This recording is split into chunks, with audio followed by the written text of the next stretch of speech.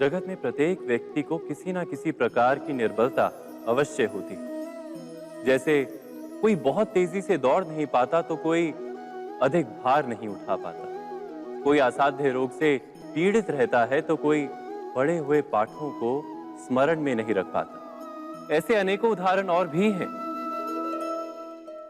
क्या आप किसी ऐसे व्यक्ति को जानते हैं जिसे सब कुछ प्राप्त हो और हम जीवन की उस एक निर्बलता को जीवन का केंद्र मानकर जीते हैं?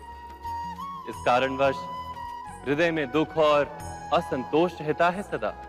निर्बलता मनुष्य को जन्म से अथवा संजोग से प्राप्त होती है, किंतु उस निर्बलता को मनुष्य का मन अपनी मर्यादा बना लेता है। किंतु कुछ व्यक्ति ऐसे भी होते हैं जो अपने पुरुषार्थ और श्रम से उस निर्बलता को पराजित कर देते हैं। क्या भेद है उनमें और अन्य लोगों में? क्या आपने कभी विचार किया है? सरल सा उत्तर है इसका। जो व्यक्ति निर्बलता से पराजित नहीं होता, जो पुरुषार्थ करने का साहस रखता है हृदय में, वो निर्बलता को पार कर जाता है। अर्थात निर्बलता अवश्य ईश्वर देता है, किंतु मर्यादा मनुष्य का मन ही निर्मित करता है। स्वयं विचार कीजिए।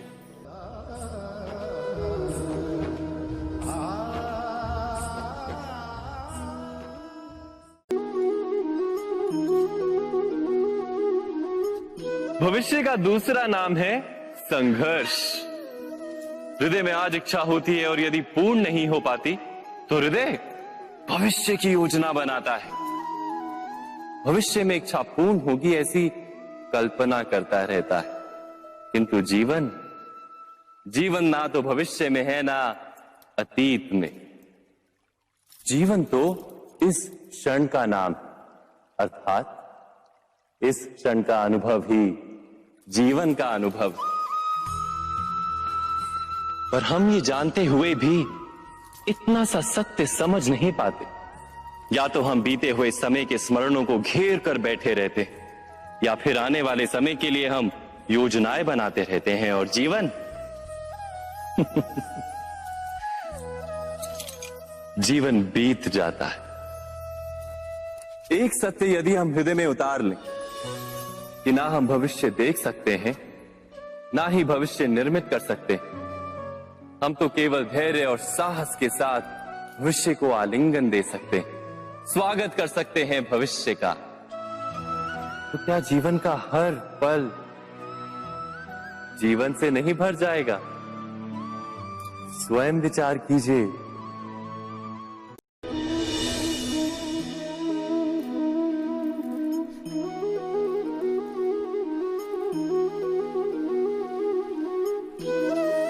ज्ञान प्राप्ति सदा ही समर्पण से होती है, ये हम सब जानते हैं।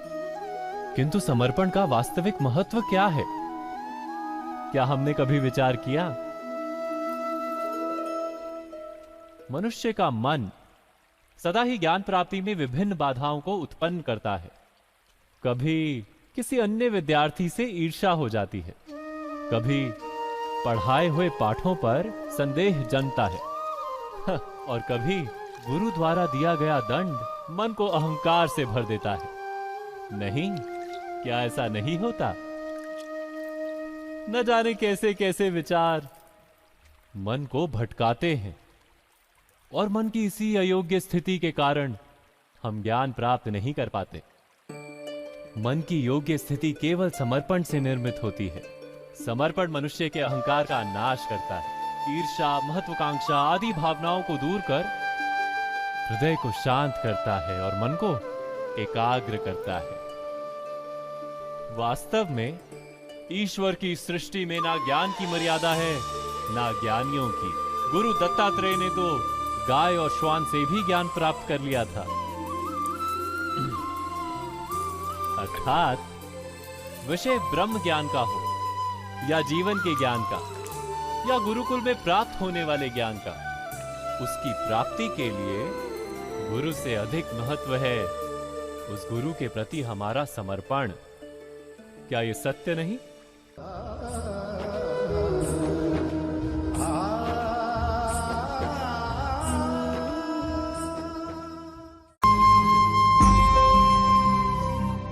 प्रत्येक मनुष्य के जीवन में ऐसा क्षण अवश्य आता है जब सारे स्वप्न, सारी आशाएं, सारे दृश्य ध्वस्त हो जाते हैं। जीवन के सारे आयोजन ही बिखर जाते हैं।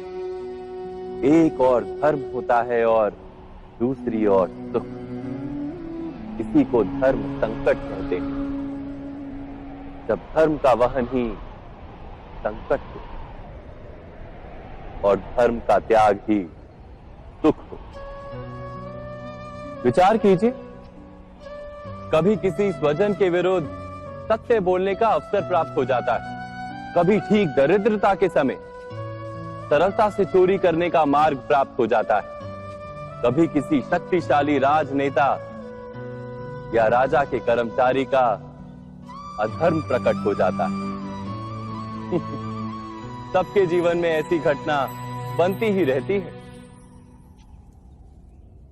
अधिकतर लोग ऐसे किसी क्षण को धर्म संकट के रूप में जान ही नहीं पाते। हमें किसी प्रकार के संघर्ष का अनुभव ही नहीं होता। सहजता से सुख की ओर खींचे चले जाते हैं, जैसे मक्खी गुड़ की ओर खींची चली जाती। वास्तव में धर्म संकट का क्षण ईश्वर के निकट जाने का क्षण होता है। यदि हम संघर्षों से भयभीत ना हो, सुख की ओर आकर्षित ना हो, अपने धर्म पर दृढ़ रहे, तो ईश्वर का साक्षात्कार दूर नहीं।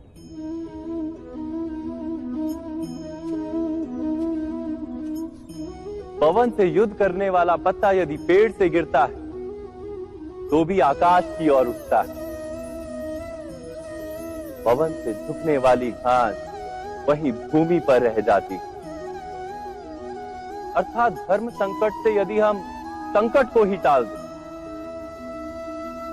तो सुख तो मिलता है, जीवन बढ़ता है, किंतु क्या चरित्र नहीं टूटता? क्या आत्मा दरिद्र नहीं हो जाती? क्या ईश्वर से अंतर नहीं हो जाता? स्वयं विचार कीजिए। दो व्यक्ति जब निकट आते हैं तो एक दूसरे के लिए सीमाएं और मर्यादाएं निर्मित करने का प्रयत्न अवश्य करते हैं। हम यदि सारे संबंधों पर विचार करें तो देखेंगे कि इन सारे संबंधों का आधार यही सीमाएं हैं जो हम दूसरों के लिए निर्मित करते हैं। और यदि अनजाने में भी कोई अन्य व्यक्ति इन सीमाओं को तोड़ता है तो उसी क्षण हमारा हृदय क्रोध से भर जाता है। इन सीमाओं का वास्तविक रूप क्या है? क्या हमने कभी विचार किया? सीमाओं के द्वारा हम दूसरे व्यक्ति को निर्णय करने की अनुमति नहीं देते। अपना निर्णय उस व्यक्ति पर थोपते, अर्थात किसी की स्वतंत्रता का अस्वीकार करते हैं हम। और जब स्वतंत्रता का अस्वीकार किया जाता है तो उसका हृदय दुख से भर जाता है। और जब वो सीमाओं को तोड़ता है तो हमारा हृदय क्रोध से भर जाता है। क्या ऐसा नहीं होता?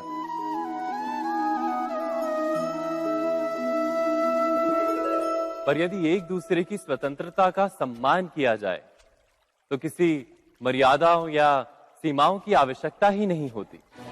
अर्थात जिस प्रकार स्वीकार किसी संबंध का देह है, क्या वैसे ही स्वतंत्रता किसी संबंध की आत्मा नहीं? स्वयं विचार कीजिए। सबके जीवन में ऐसा प्रसंग अवश्य आता है कि सत्य कहने का निश्चय होता है हृदय में, किंतु मुख से सत्य निकल नहीं पाता। कोई भय मन को घेर लेता है। किसी घटना अथवा प्रसंग के बारे में बात करना या फिर स्वयं से कोई भूल हो जाए उसके बारे में कुछ बोलना, क्या ये सत्य है? नहीं, ये तो केवल तथ्य है। अर्थात जैसा हुआ था वैसा केवल बोल देना सामान्य सी बात। किंतु कभी कभी उस तथ्य को बोलते हुए भी भय लगता है। कदाचित किसी दूसरे की भावनाओं का विचार आता है मन। दूसरे को दुख होगा ये भय भी शब्दों को रोकता है। तो ये सत्य क्या है? क्या हमने कभी विचार किया है? जब भय रहते हुए भी कोई तथ्य बोलता है तो वो सत्य कहलाता है।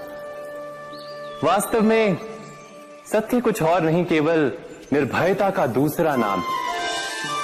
और निर्भय होने का कोई समय नहीं होता, क्योंकि निर्भयता आत्मा का स्वभाव है। अर्थात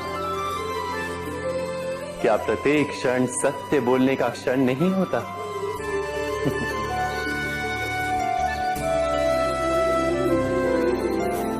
स्वयं विचार कीजिए।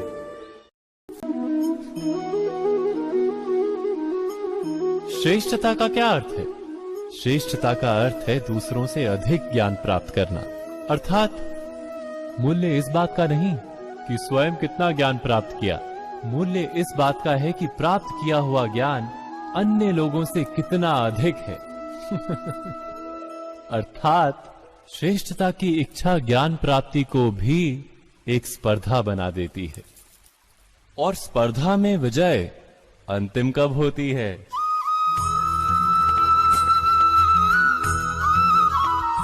कुछ समय के लिए तो श्रेष्ठ बना जा सकता है, किंतु सदा के लिए कोई श्रेष्ठ नहीं रह पाता। फिर वही असंतोष, पीड़ा और संघर्ष जन्म लेता है। किंतु श्रेष्ठ बनने के बदले यदि उत्तम बनने का प्रयत्न करें तो क्या होगा? उत्तम का अर्थ है कि जितना प्राप्त करने योग्य है वो सब प्राप्त करना, किसी से अधिक पाने की इच्छा से नहीं, मात्र आत्मा की तृप्ति हेतु कुछ प्राप्त करना। उत्तम के मार्ग पर किसी अन्य से स्पर्धा नहीं होती, स्वयं अपने आप से स्पर्धा होती है। अर्थात उत्तम बनने का प्रयत्न करने वाले को देर अबेर सारा ज्ञान प्राप्त हो जाता है, बिना प्रयत्न के ही वो श्रेष्ठ बन जाता है। किंतु जो श्रेष्ठ बनने का प्रयत्न करता है वो श्रेष्ठ बने या ना बने, उत्तम कभी नहीं बन पाता।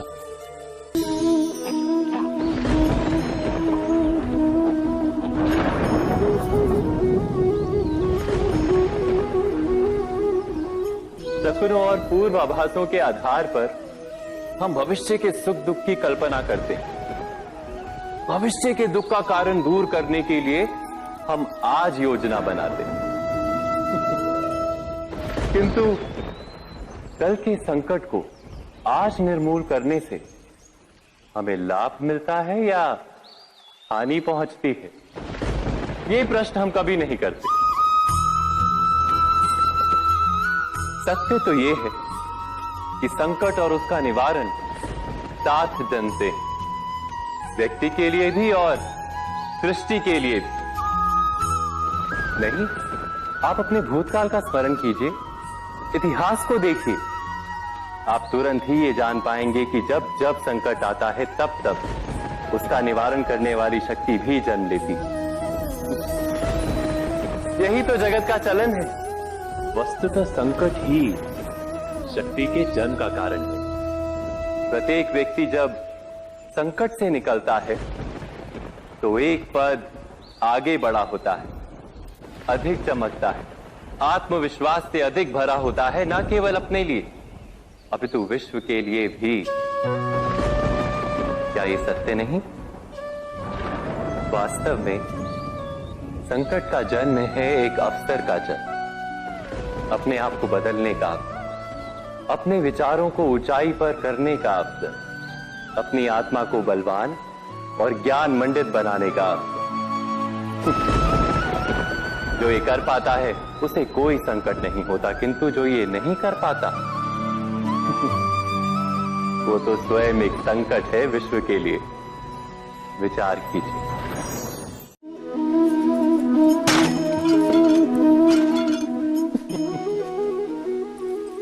कभी कभी कोई घटना मनुष्य के जीवन की सारी योजनाओं को तोड़ देती और मनुष्य उस आघात को अपने जीवन का केंद्र मान लेता। पर क्या भविष्य मनुष्य की योजनाओं के आधार पर निर्मित होते हैं? नहीं। जिस प्रकार किसी ऊंचे पर्वत पर सर्वप्रथम चढ़ने वाला उस पर्वत की तलाई में बैठकर जो योजना बनाता है, क्या वही योजना उसे उस पर्वत की चोटी तक पहुंचाती है? नहीं। वास्तव में वो जैसे जैसे ऊपर चढ़ता है वैसे वैसे उसे नई नई चुनौतियां, नई नई विडंबनाएं, नए नए अवरोध मिलते हैं। प्रत्येक पद पर वो अपने अगले पद का निर्णय करता है। प्रत्येक पद पर उसे अपनी योजनाओं को बदलना पड़ता है। कहीं पुरानी योजना उसे खाई में ना ढकेल दे।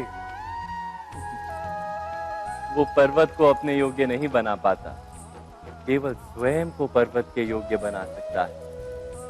क्या जीवन के साथ भी ऐसा ही नहीं? जब मनुष्य जीवन में किसी एक चुनौती को, एक अवरोध को अपने जीवन का केंद्र मान लेता है, अपने जीवन की गति को ही रोक देता है, तो वो अपने जीवन में सफल नहीं बन पाता और ना ही सुख और शांति प्राप्त कर पाता। अर्थात जीवन को अपने योग्य बनाने के बदले स्वयं अपने को जीवन के योग्य बनाना ही सफलता और सुख का एकमात्र मार्ग नहीं? स्वयं विचार कीजिए।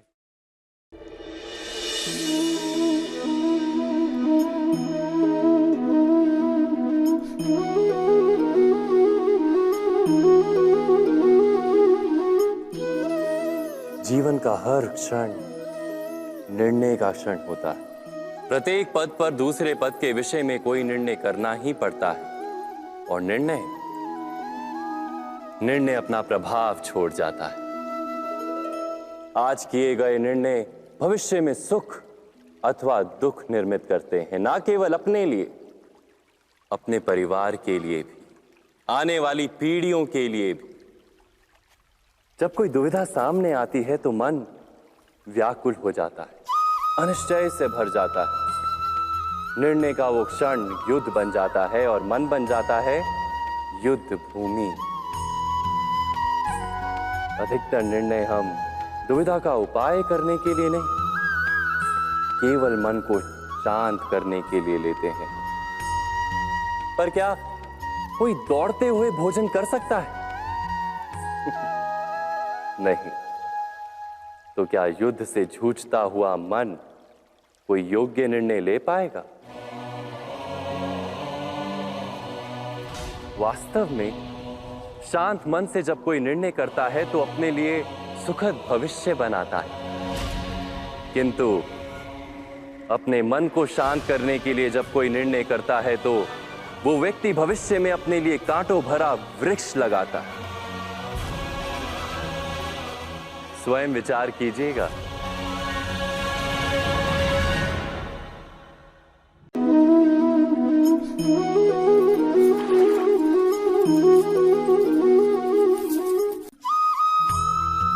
जीवन में आने वाले संघर्षों के लिए जब मनुष्य स्वयं को योग्य नहीं मानता, जब उसे अपने ही बल पर विश्वास नहीं रहता, तब वो सद्गुणों को त्याग कर दुर्गुणों को अपनाता है। वस्तुतः मनुष्य के जीवन में दुर्जनता जन्म ही तब लेती है जब उसके अंतर में आत्मविश्वास नहीं होता। आत्मविश्वास ही अच्छाई को धारण करता है। ये आत्मविश्वास है क्या?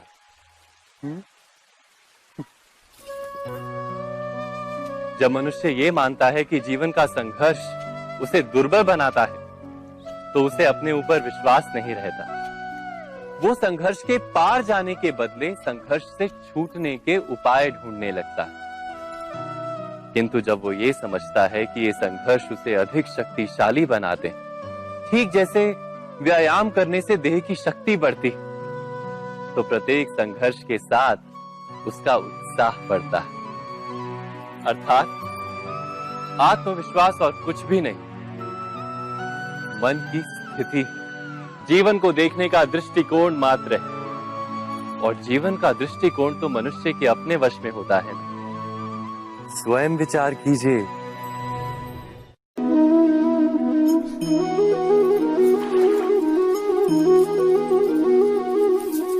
पिता सदा ही अपने संतान के सुख की कामना करते हैं, उनके भविष्य की चिंता करते रहते हैं। इसी कारणवश सदा ही अपने संतानों के भविष्य का मार्ग स्वयं निश्चित करने का प्रयत्न करते रहते हैं।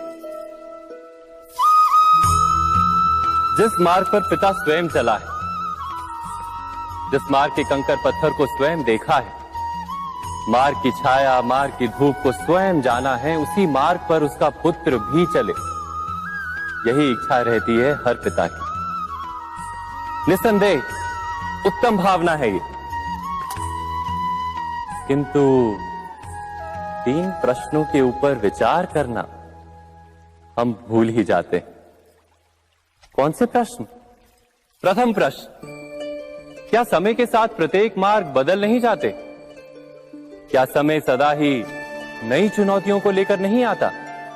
तो फिर बीते हुए समय के अनुभव नई पीढ़ी को किस प्रकार लाभ दे सकते हैं? दूसरा प्रश्न, क्या प्रत्येक संतान अपने माता पिता की छवि होता है? हाँ, संतानों को संस्कार तो अवश्य माता पिता देते हैं, किंतु भीतर की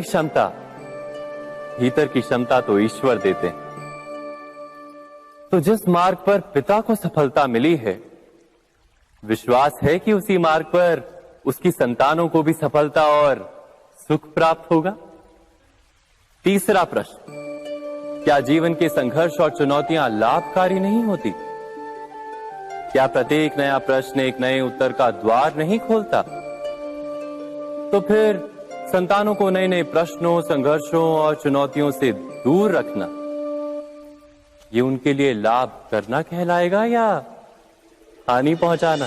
अर्थात जिस प्रकार संतान के भविष्य का निर्माण करने के बदले उसके चरित्र का निर्माण करना श्रेष्ठ है, वैसे ही संतानों के जीवन का मार्ग निश्चित करने के बदले उन्हें नए संघर्षों के साथ जूझने के लिए मनोबल व ज्ञान देना अधिक लाभदायक नहीं होगा? स्वयं विचार कीजिए। मनुष्य की सबसे बड़ी दुर्बलता क्या होती है? सोचिए। धन, प्रेम, अहंकार।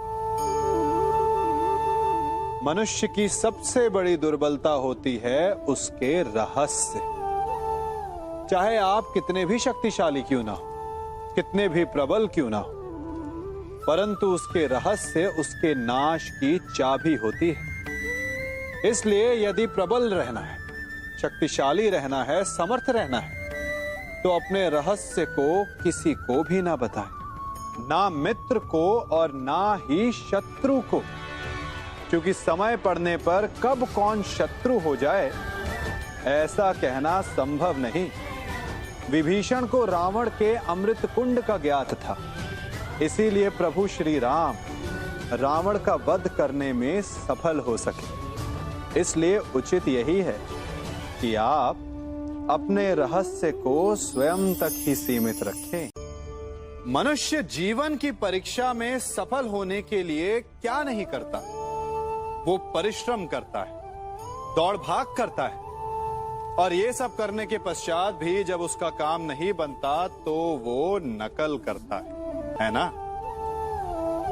तनिक लौटिए अपने बचपन में, स्मरण कीजिए अपने बचपन की स्मृतियों का। क्या स्मरण हुआ? विद्यालय में जब आप परीक्षा देने जाते थे तो क्या होता था?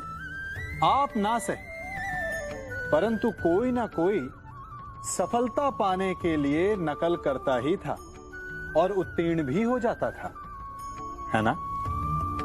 परंतु जीवन की परीक्षा ऐसी नहीं होती। नकल करने वाला सफल नहीं होता। कारण विद्यालय में सबके प्रश्न पत्र एक होते थे, परंतु जीवन के प्रश्न पत्र और उनकी कठिनाई सबके लिए भिन्न होती, तो निश्चित रूप से उनके उत्तर भी भिन्न होंगे ना। इसलिए यदि आपको जीवन में सफलता पानी है तो नकल ना कीजिए, स्वयं के प्रश्नों का उत्तर स्वयं ढूंढिए और सफलता आपकी ही होगी।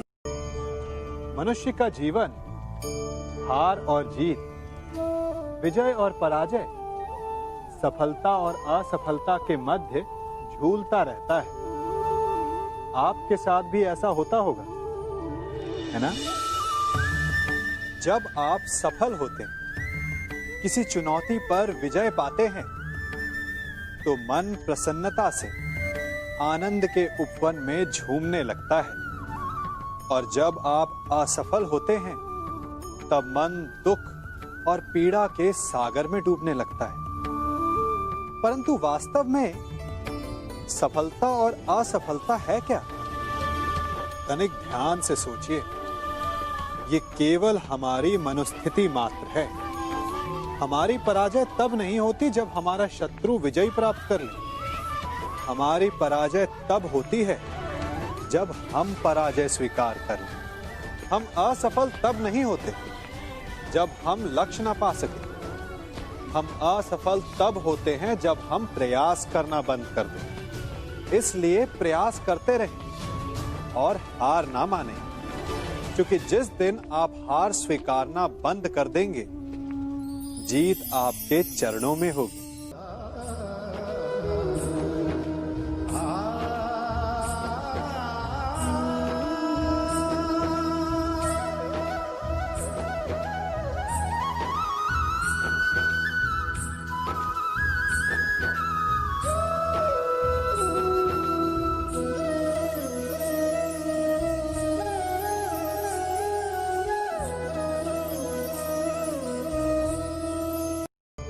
आप सबने बरगद के वृक्ष को तो देखा ही होगा। क्या आपको ज्ञात है, बरगद के वृक्ष के बीज का आकार राई से भी छोटा होता है, परंतु बरगद का वृक्ष संसार के महाकाय वृक्षों में जाना जाता है। जब उसका जन्म होता है, तब उसमें वो जटाएं, वो शाखाएं नहीं होती, परंतु जैसे जैसे उसका विस्तार होता है, जैसे जैसे वो अधिक शाखाओं का भार उठाता है, अधिक पत्तियों का सृजन करता है, वैसे वैसे उसकी शाखाएं जटाएं बनकर जड़ तक पहुंचती है और इस वृक्ष को सहारा देती है। ये जीवन का बहुत महत्वपूर्ण पथ है। बिना लोभ लालच शुभ कार्य करें, अन्य लोगों की सहायता करें। धीरे धीरे आपने जिनकी सहायता की, वो आपके सहायक बनते जाएं, आपकी जड़ों को और बलशाली बनाएंगे, आयु मान और आकार बढ़ाएंगे। सहजीवन, सहायता और निष्काम कर्म आपको मृत्यु के पश्चात भी मरने नहीं देगा, आपको अमर रखेगा। हमारा शरीर प्रकृति का एक महान आविष्कार है। इससे जटिल संरचना संसार में और कोई नहीं। हमारा शरीर जितना जटिल है, यदि इसे ठीक से जाना जाए तो इससे अधिक सरल ज्ञान देने वाला और कोई नहीं। हमारे शरीर में 5 इंद्रियां होती हैं, जो हमें भाव, गुण और वस्तुओं का बोध कराती हैं। हमारे पास आंखें हैं, नाक है, स्पर्श के लिए त्वचा है, कान है और जीभा है। सबका भिन्न भिन्न कार्य है।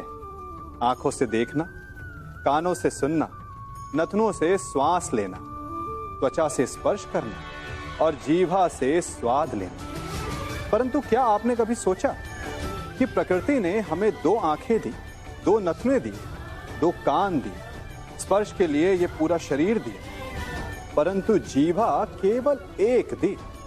ऐसा क्यों? क्योंकि प्रकृति चाहती है कि हम देखें अधिक, सुने अधिक और ज्ञान अधिक अर्जित करें, बोले कम। क्योंकि अधिक वाचाल नाश को निमंत्रण देता है। स्मरण रखिएगा।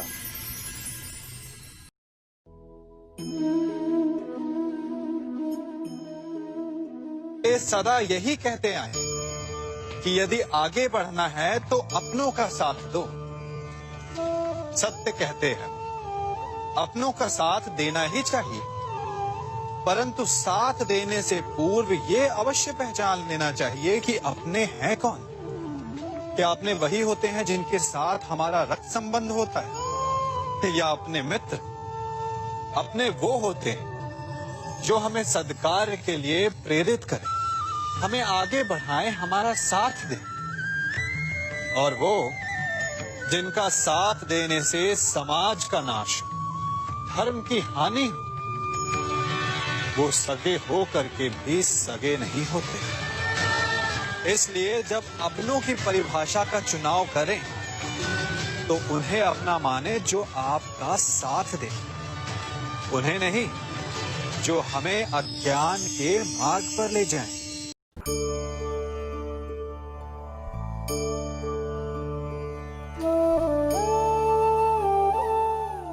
आप जिनसे प्रेम करते हैं सदा उनके समीप रहना चाहते हैं, नहीं चाहते कि कभी अपनों से दूर होना पड़े, बिछड़ना पड़े। परंतु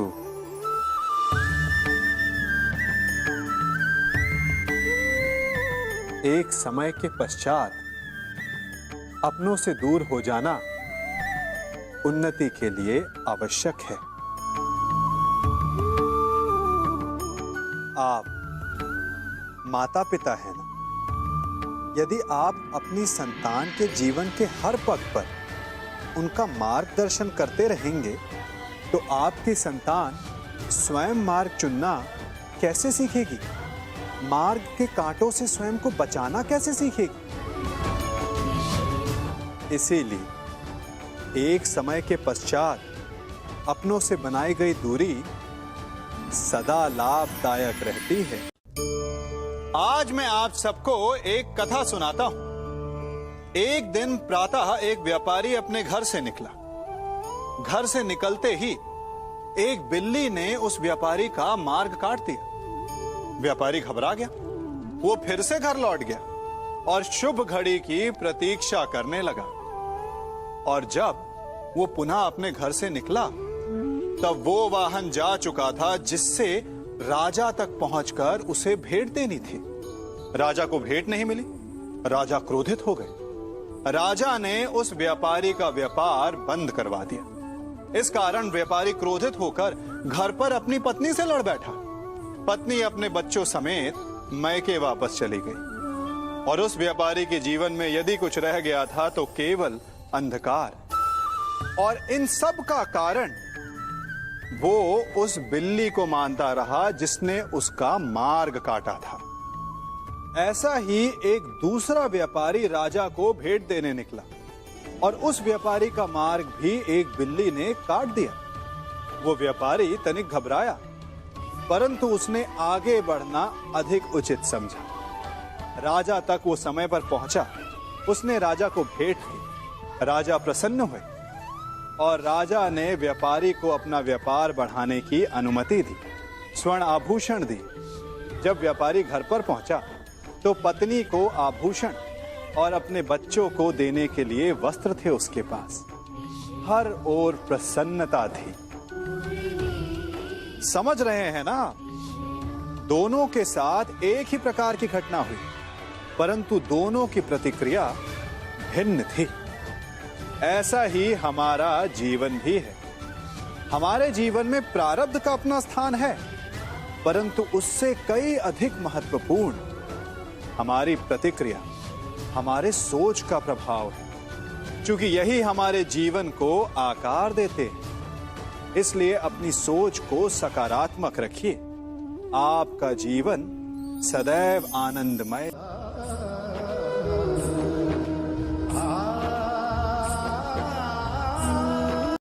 हम सभी अपने जीवन में कोई ना कोई कार्य करते हैं। कार्य करते हैं तो थकान की अनुभूति होती है और यदि थकान ना उतरे तो कार्य करने का मन नहीं करता। हम आशा करते हैं कि कदाचित एक दिन में 24 के स्थान पर 26 घंटे होते तो आराम करने के लिए हमें और अधिक समय मिल जाता। हमें ऐसा अनुभव होता है कि हम बहुत अधिक कार्य कर रहे हैं, है ना? परंतु क्या आपने कभी सोचा है कि जो लोग संसार में सफल हैं, उनके पास भी सफल होने के लिए दिन में केवल 24 घंटे थे। तो फिर वो सफल क्यों हैं? इसका एक छोटा सा रहस्य है। वो कार्य चुनते हैं जो उन्हें प्रिय है, जिसे करने में उन्हें आनंद आता है। उन्हें लगता ही नहीं कि वो कार्य कर रहे हैं, उन्हें लगता है कि वो प्रतिपल आनंद मना रहे हैं। और जब आप आनंद मनाते हैं तो थकान कैसी? इसलिए यदि आप जीवन में कोई भी कार्य करें तो वो आपके मन को भाना चाहिए, या जो कार्य आप कर रहे हैं उसे अपने मन को भा देने दो। सफलता आपको मिलेगी। कभी सोचा है हमारा जीवन भी उस रेत की घड़ी की भांति है? जो रेत नीचे गिर चुकी है वो हमारा अतीत है, जो अब भी ऊपर है वो हमारा आने वाला भविष्य है, और वर्तमान ये संकुचित स्थल है जहां से धीरे धीरे करके रेत गिर रही है।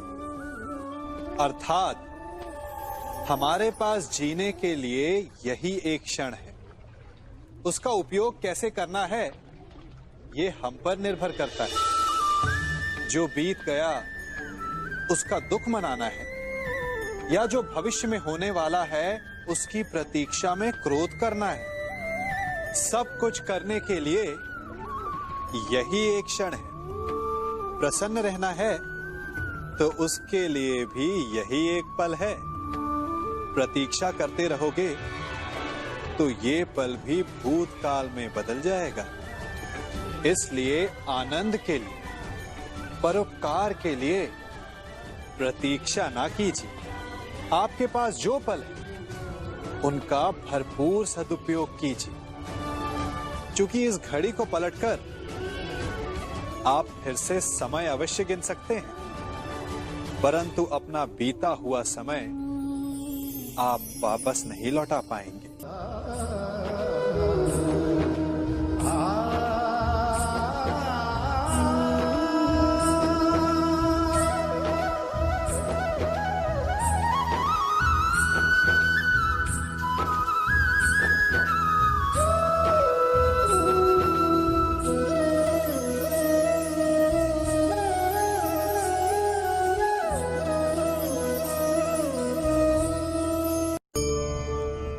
मनुष्य भी बड़ा विचित्र प्राणी है। अपनों से नीचे के स्तर के लोगों को वो हे दृष्टि से देखता है, उनका उपहास उड़ाता है, उनसे बार बार कहता है कि तुम्हारा कुछ नहीं हो सकता, तुम भविष्य में कुछ नहीं कर पाओगे। जब मनुष्य के पास धन, संपत्ति, मान होता है तो वो दूसरों का आदर नहीं करता, परंतु वो एक बात भूल जाता है कि उससे भी अधिक शक्तिशाली कोई अस्तित्व में है, और वो है समय। काल। काल अपना चक्र कब बदलेगा ये कोई नहीं जानता। समय अपनी करवट कब लेगा ये कोई नहीं जानता। कोयला भी समय के साथ साथ हीरे में परिवर्तित हो जाता है। इसलिए जीवन में कभी भी किसी का भी उपहास नहीं उड़ाना चाहिए।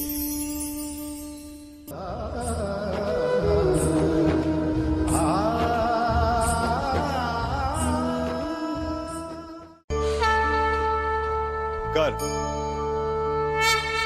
अभिमान और अहंकार, ये तीनों सुनने में एक जैसे लगते हैं, परंतु तीनों का अर्थ भिन्न होता है और परिणाम भी। तीनों का आरंभ प्रेम से होता है। स्वयं से प्रेम, परिश्रम हमारे मन में गर्व को जन्म देता है, और सफलता अभिमान जगाती है। यहां तक ठीक है, परंतु जब ये भावना अहंकार बन जाती है तब वो समस्या बन जाती है, क्योंकि सबसे बुरा अंत अहंकारी का ही होता है। परंतु मनुष्य के लिए पहेली यही है कि पहचाना कैसे जाए कि अहंकार जग गया है और उसका दमन आवश्यक है।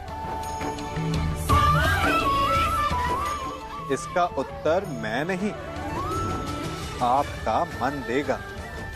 जब तक आप स्वयं से प्रसन्न हैं, जब तक आप सबसे ऊंचा उठने का प्रयास कर रहे हैं, तब तक ठीक है। परंतु जब आपके मन में दूसरों को नीचा समझने का भाव आ जाए तो सावधान हो जाइए, क्योंकि यही अहंकार है जो वास्तव में आपको हीन कर रहा है।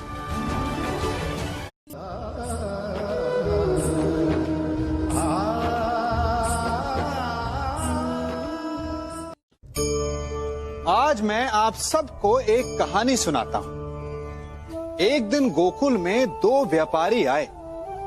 एक व्यापारी शहद का था, बड़ा मीठा शहद था उसका, परंतु वो गोकुल में टिक नहीं पाया। उसके व्यापार ने घाटा खाया और शीघ्र ही वो गोकुल छोड़कर चला गया। और दूसरा व्यापारी मिर्च का था। पहले दिन वो एक पोटली लाया और दूसरे ही दिन वो पूरी बैलगाड़ी भर कर लाया।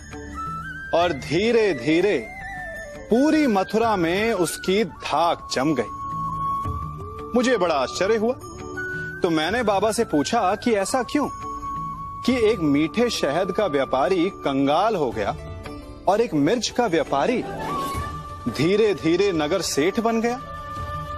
बाबा मुस्कुराए और उन्होंने कहा कि मीठी बोली बोलने वाले की तीखी मिर्च भी बिक जाती है, और जो कड़वी बोली बोलता है उसका मीठा शहद भी नहीं बिकता। वाह, कितने उत्तम विचार हैं उनके, और उचित ही है। मनुष्य अपने जीवन में सदैव अपने वचनों से उठता है और अपने वचनों से ही गिरता है। इसलिए अपने जीवन में सदैव मीठी बोली बोलने का प्रयास कीजिए, आपका जीवन सरल हो जाएगा। मनुष्य की सबसे बड़ी दुर्बलता क्या होती है? सोचिए। धन, प्रेम, अहंकार। मनुष्य की सबसे बड़ी दुर्बलता होती है उसके रहस्य। चाहे आप कितने भी शक्तिशाली क्यों ना हो, कितने भी प्रबल क्यों ना हो, परंतु उसके रहस्य उसके नाश की चाबी होती है। इसलिए यदि प्रबल रहना है, शक्तिशाली रहना है, समर्थ रहना है, तो अपने रहस्य को किसी को भी ना बताएं, ना मित्र को और ना ही शत्रु को, क्योंकि समय पड़ने पर कब कौन शत्रु हो जाए ऐसा कहना संभव नहीं।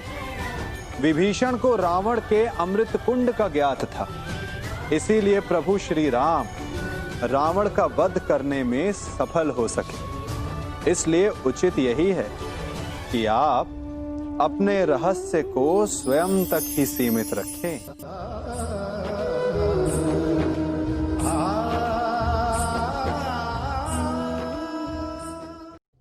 युवा अवस्था भी हमारे जीवन का कितना सुंदर काल होता है ना।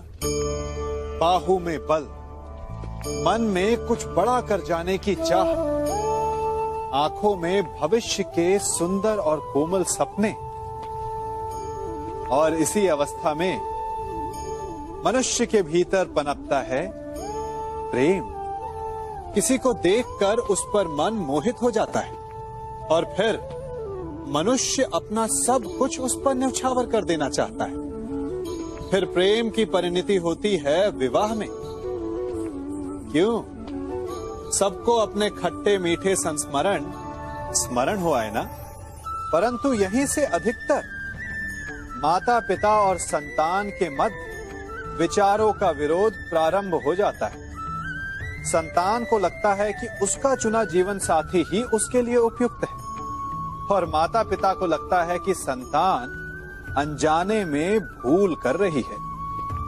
संतान का तर्क होता है कि उसे विवाह किससे करना है, ये उसका अधिकार है, और माता पिता का तर्क ये होता है कि अब भी जीवन साथी चुनने की समझ संतान में है ही नहीं। तो इस अवरोध को काटा कैसे जाए, उचित निर्णय कैसे लिया जाए?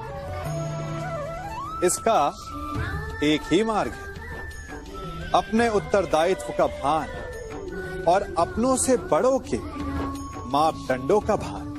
विवाह करने से पूर्व यह जान लेना आवश्यक है कि विवाह केवल अपने प्रेम को पाने का मार्ग नहीं है, अपितु विवाह से जीवन का एक नया द्वार भी खुलता है, और हर नए जीवन के साथ नए उत्तरदायित्व भी होते हैं। और यदि इन उत्तरदायित्वों को समझकर निर्णय लिया जाए तो विश्वास कीजिए, आपका दाम्पत्य जीवन आनंद से भरा रहेगा, और आपको कभी यह पछतावा नहीं होगा कि आपने कोई अनुचित निर्णय लिया।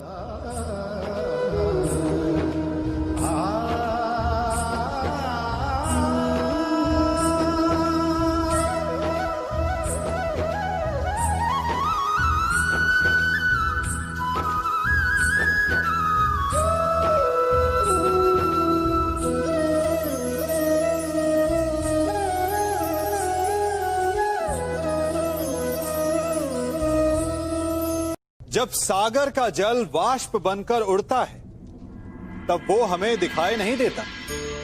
मेघ उस जल को अपने भीतर छिपा लेते हैं, लंबी यात्रा करते हैं, प्रयास करते हैं कि वो जल सदा उनके भीतर छिपा रहे, परंतु जब वायु का वेग उन्हें उड़ाकर किसी पर्वत से ले जाकर के टकरा देता है, तब उन मेघों को बरसना ही पड़ता है, क्योंकि यही नियति है, यही प्रकृति है।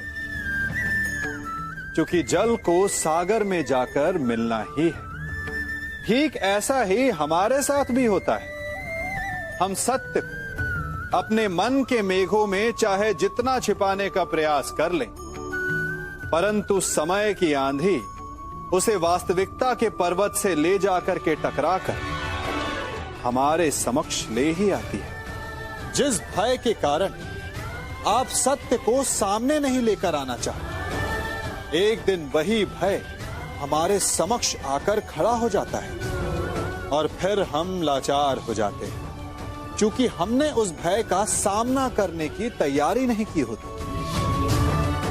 इसलिए सत्य से भागे नहीं, उसे छिपाए भी नहीं, उसे स्वीकार करें। भविष्य की बड़ी विपत्ति से बच जाएंगे।